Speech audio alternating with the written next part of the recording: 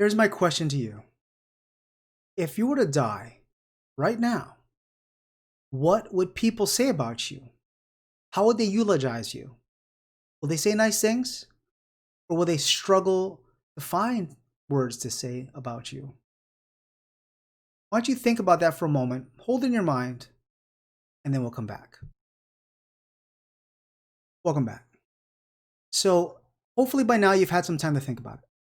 Now, some of you might be saying, well, they'll say nice things about me. I'm a good person. I'm the best. So they'll say awesome things about me.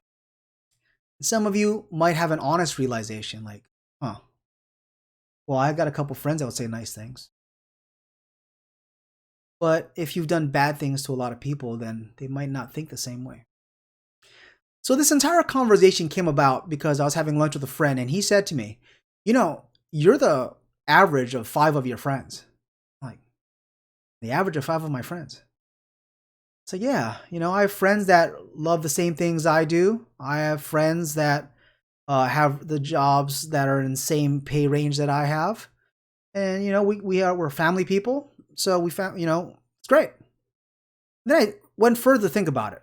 And I thought about this because I have students and I think about all the student associations, right? So I think about, my students that are really techie and they love studying and they get so mad when they get a B. And I see the people they hang out with, and they tend to hang out with these very motivated individuals, right? For about grades. And then we also have individuals that I have in my class that don't care about anything I say.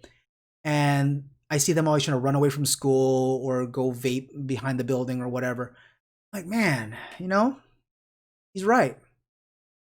He's right. You're the average of 5 of your friends. That's what you are. So here's the ethical question.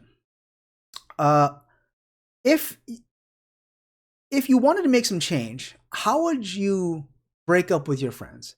How would you cut them loose? And is it right to cut them loose?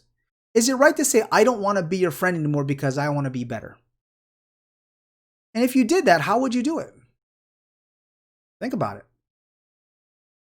So recently, I went to a seminar about poverty, and they said to me, they said to the group, and they said, for someone to escape poverty, they have to, for a time being, put aside all their friends. They have to disassociate with all their friends. I'm like, wow, that's pretty interesting.